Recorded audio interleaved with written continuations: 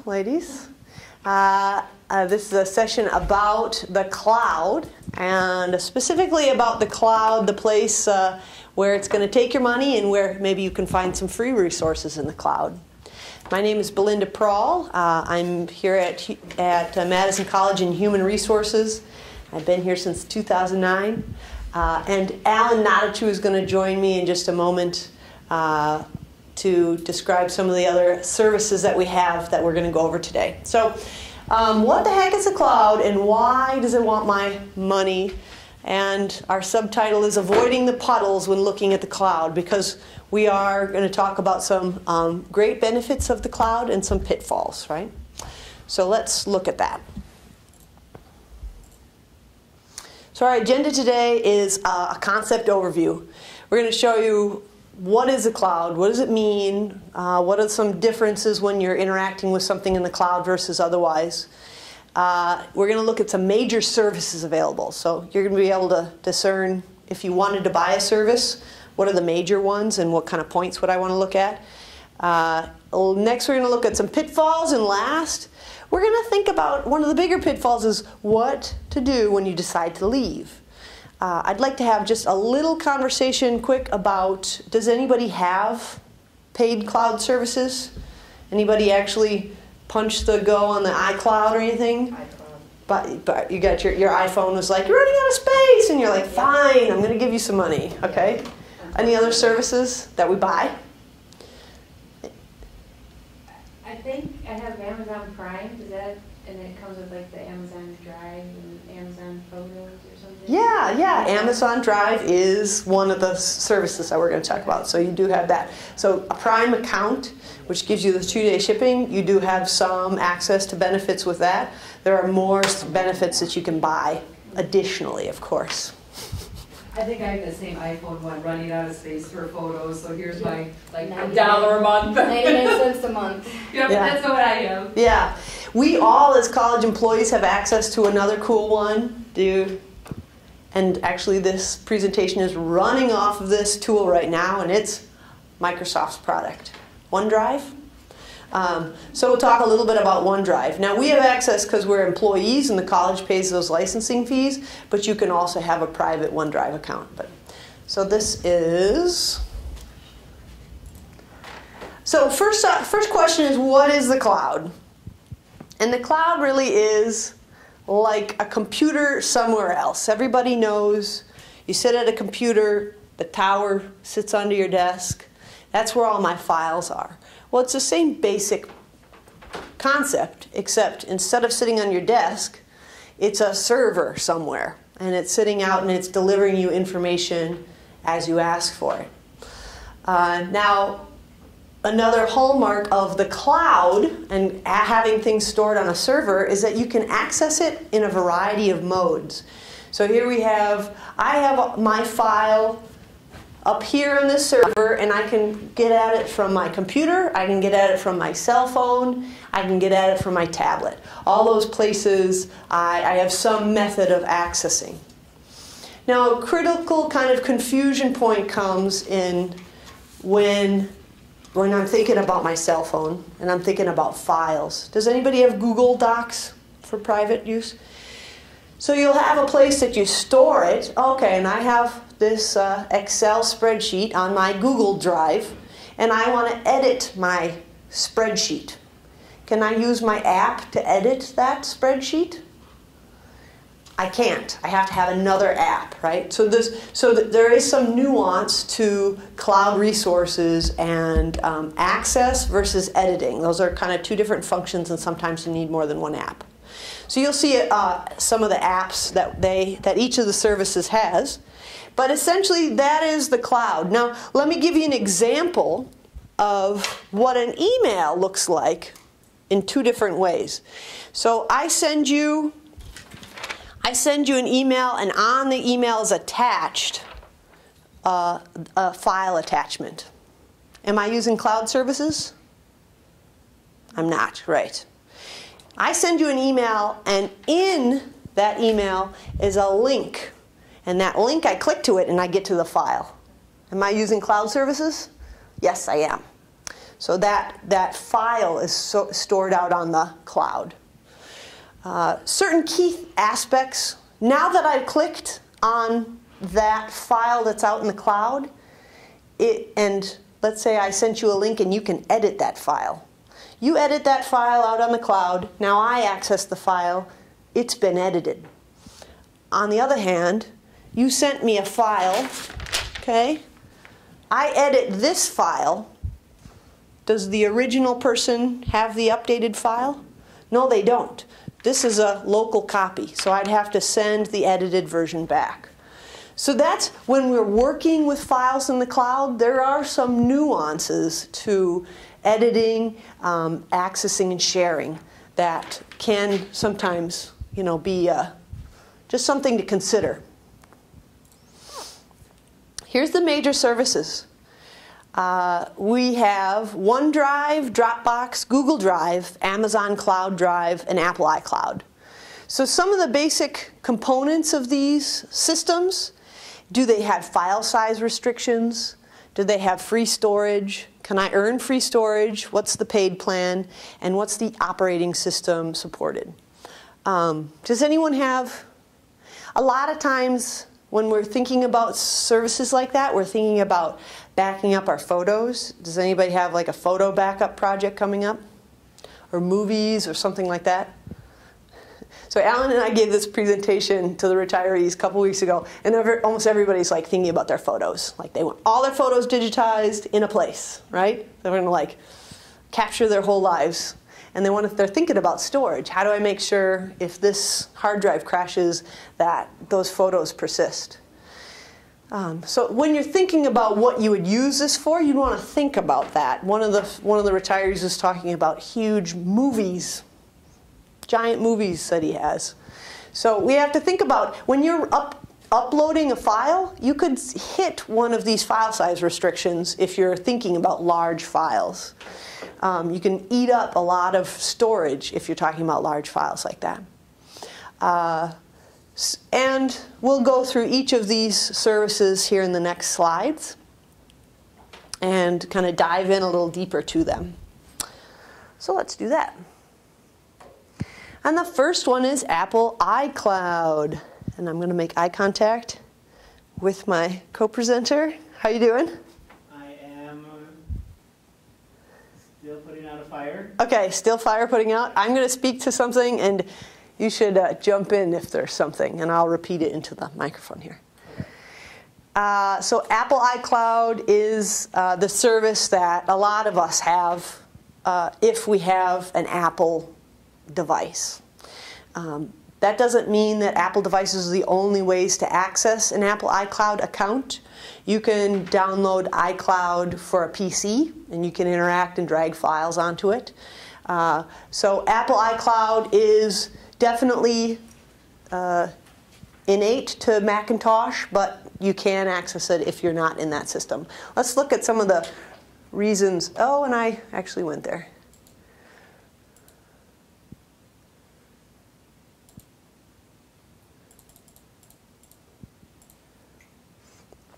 So Apple iCloud has pretty reasonable pricing as it compares to the other plans. And it has very tight integration with Apple platforms. So if you have an iPhone, they're going to make it really easy for you to interact with your files, access your files, and create that relationship with that product.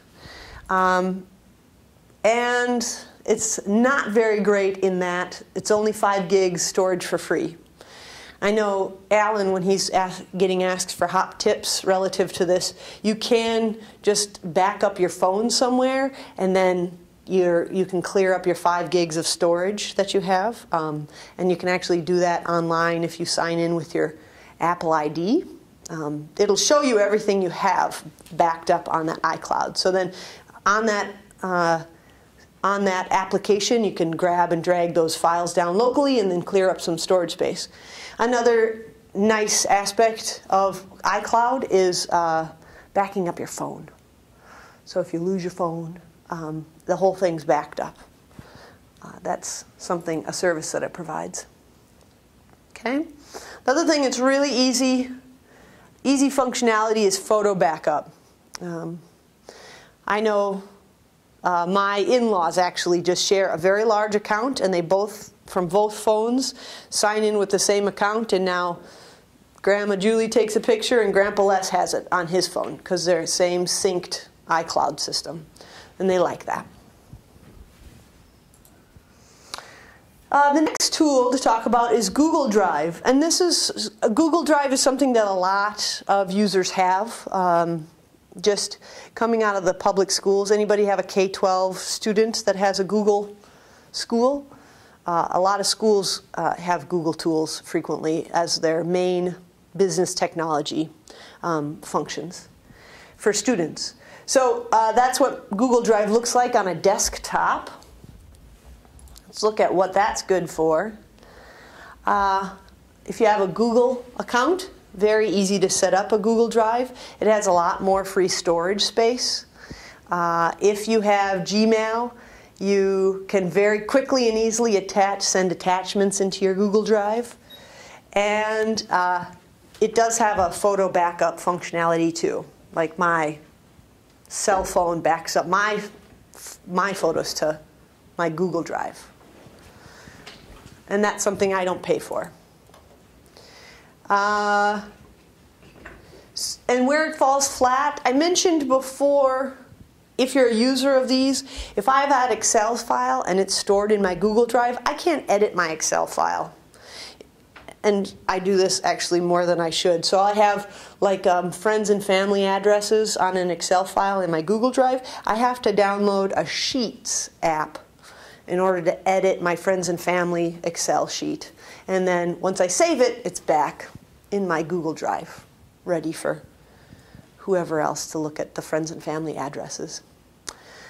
So when you're, and any of these cloud services, you're going to interact with some of that.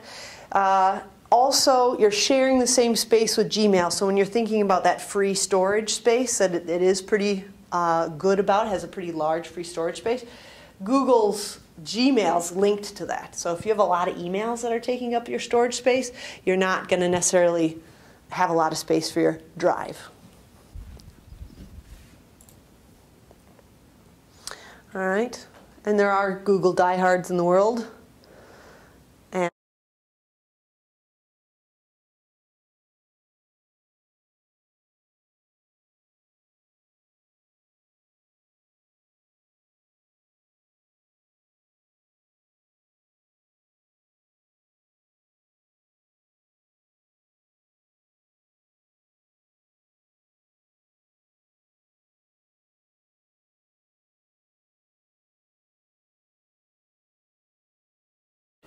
now I go to my second house in Florida, and this is a retiree story actually, because I don't have a second house in Florida, but they do. And down there in Florida, I download Dropbox, sign in with the same account, and now I have the same file folder access. Also, unique to Dropbox, you can earn free storage. It's a pyramid scheme, so if you're into stuff like that, sign up your whole family for Dropbox. Now everybody can, you get more free storage for you.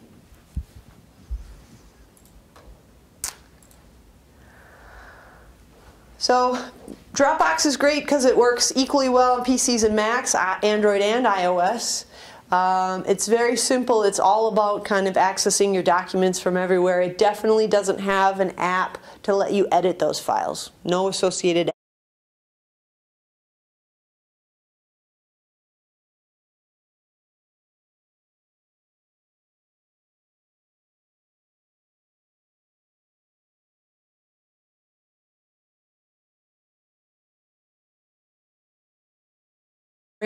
but it doesn't necessarily let you control how your files are displayed. It just displays in one way, which it's a pretty minor. It's also good for simple sharing. When you're using all kinds of devices, Dropbox really excels at getting those files on lots of different devices in terms of its simplistic design and its access with apps. Here's Amazon Cloud.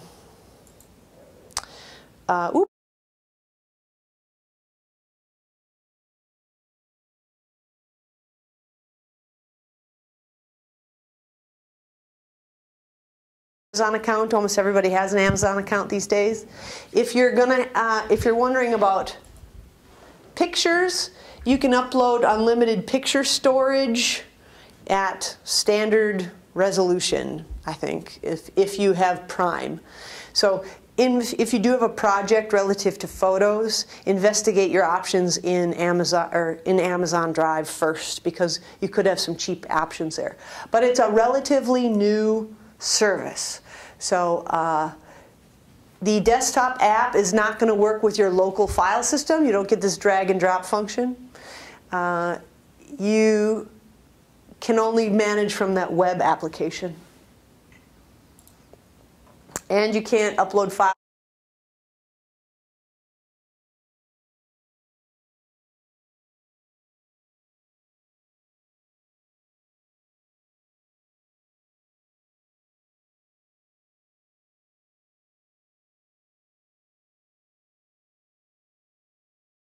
You're an Amazon Prime user, so take advantage of that while you can. Lastly, but not leastly, we have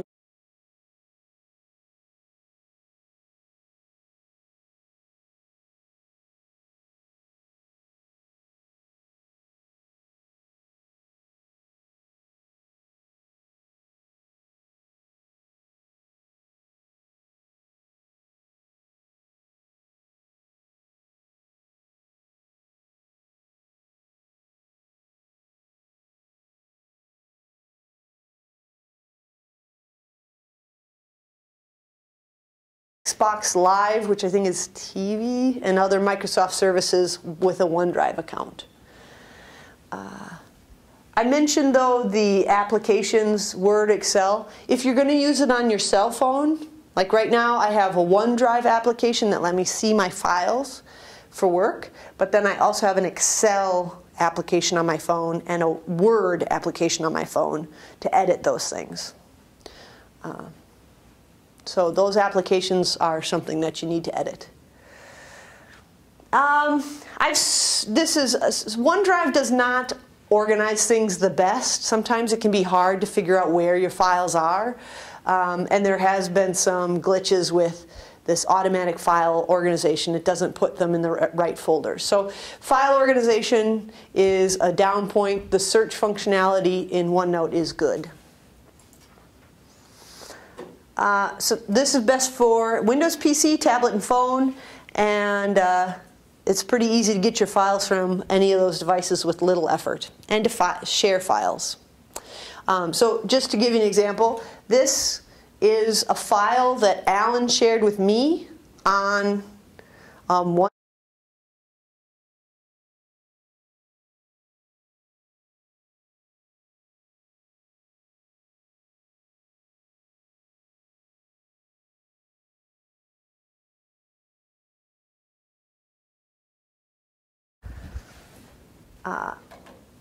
Has anybody ever signed into SharePoint?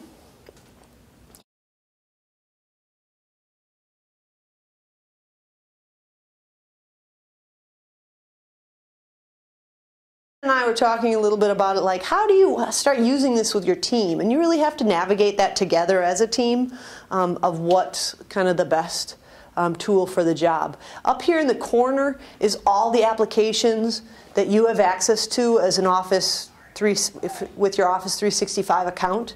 And there's a lot, but OneDrive is one of them. So here I see OneDrive. And if I click it, I can get to it.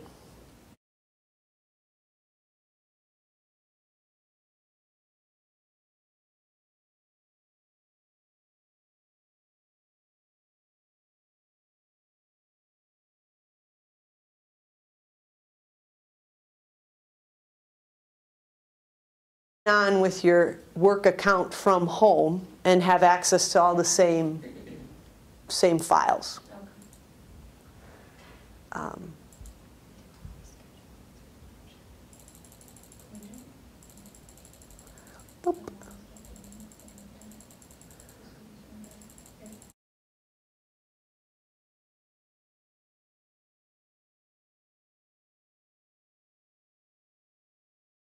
Account and you did an Amazon account, and how they talk to each other. Yeah. So Jan was just making the point about all of these credentials, right? The passwords and usernames, and that's key. All these are all about username and passwords. So you definitely have to know that, and we're actually going to specifically address, they don't talk to each other. That's like by design. So pitfalls relative.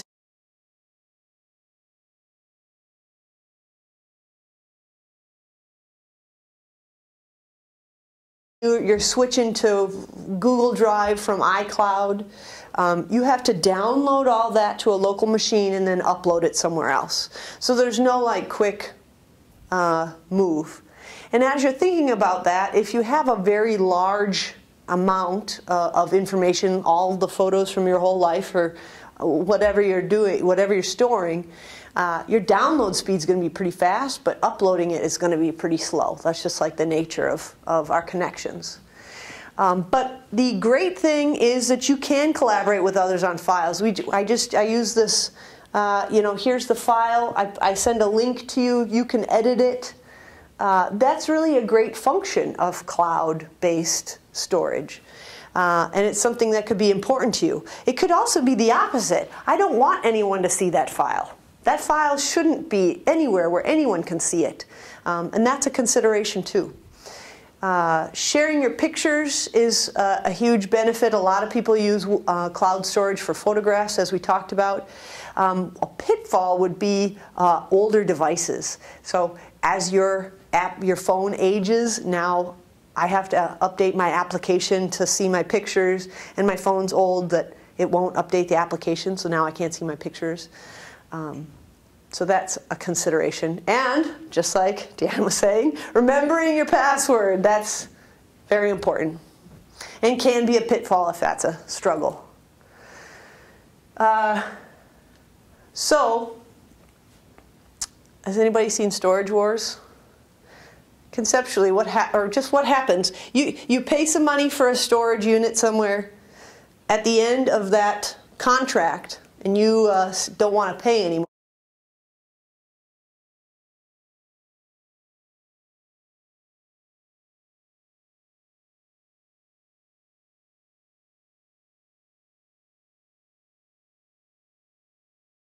To be a plan for transitioning. And if you have a terabyte somewhere of stored data, you got to have a terabyte locally on your machine and then a terabyte somewhere else. And it's kind of like hoarding, right? It's like I have to continue to think about all this stuff for the rest of my life. So, keep what's important, what sparks joy. Did anybody read that book? I love Hate That Lady. She had a kid and she hasn't written another book since. This is a minimalist storage lady book. So there's no service offering direct transfer. If you want to quit, you have to think about that. So now that's kind of the whole presentation. Is there any questions that you have for me about cloud storage, or for Alan, who is out of the fire?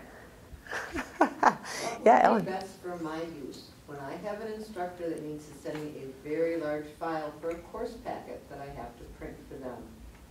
They can't get it through our website because the college limits the size. I have a couple instructors that do put it on Dropbox and then we access it. But should we be using OneDrive since it's a school-sponsored thing?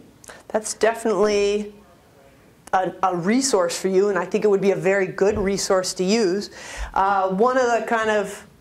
And so the question is, I have to move some very, very large file. I'm at Madison College. How do I move that file from one place to the other? One thing that occurs to me is, I don't know what we've paid for. 10 gigs is a file size restriction. We have more than 5 gigs. I don't know how much more. 50 gigs a month. We have a terabyte? Yeah, through OneDrive for Business. Okay, so let's pretend that I have a huge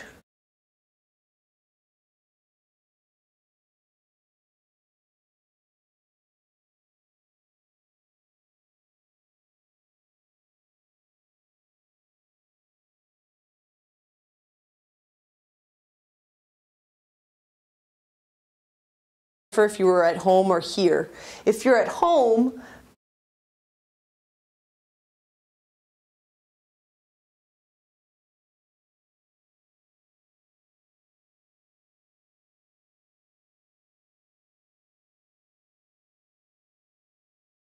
not all there yet, but we will be there at some point. So that's the very simple way to do that from campus. Locating a OneDrive account. No, because I'm going to save it on my OneDrive, the faculty, and I'm going to share it with you. And Ellen, you just need that link to pull it down. So duplicating doesn't need to store it. Correct. I would store it in mine, and you would get you would pull down a copy of mine to send to the copier. To access it. Right. So that's a very good consideration. And if I am at home, then I would do this. I'd go to Computer Tech Resources.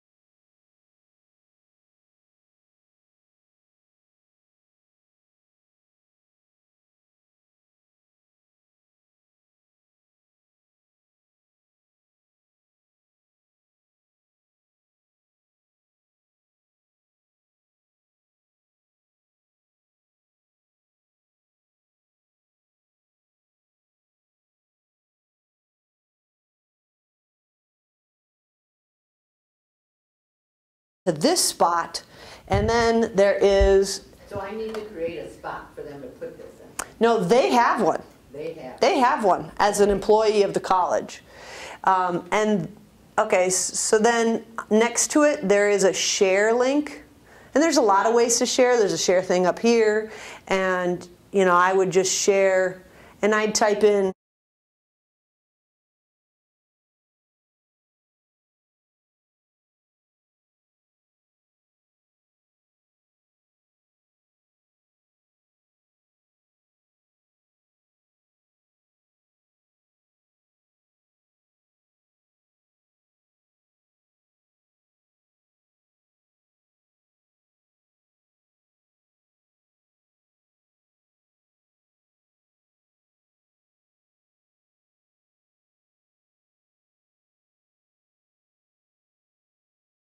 So this is actually a version of this, so I can share this.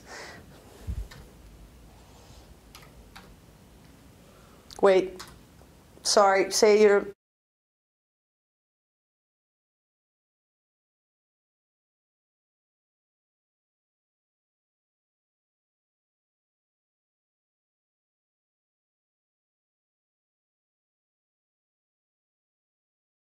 Permission, because I just gave it to you, to access it and pull it down and send it to the printer.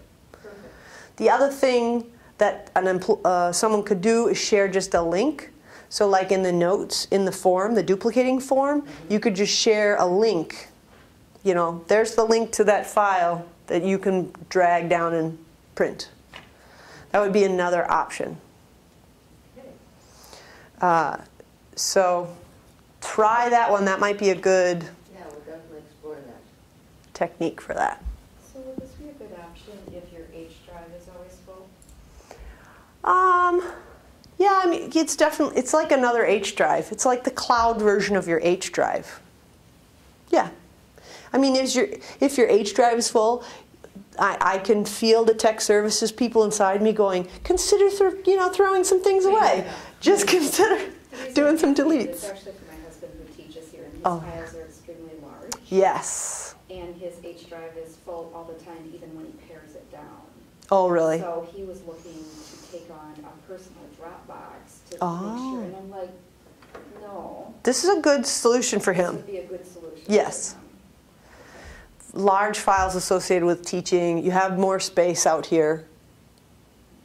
The other kind of cool thing is if you're taking, if you're developing curriculum or developing something, when you go home, you have the same access. It's not like FileAway where you have to download and go back up. So for him, this could be a really cool tool. Ah. And a terabyte is hard to fill up. And that's per person, a terabyte? Oh, Mhm. Yeah, terabyte, yes. But this is like just straight file storage for a terabyte, so. So if someone's sending me something, it doesn't fill up my Yours. end, right? That's true. All they're independent. Yes. It's like them sending you a file from their H drive. You can't get a hold of their H drive, you can only get a hold Right, of it that doesn't file. affect us, right, on their end, so. You still are going to have to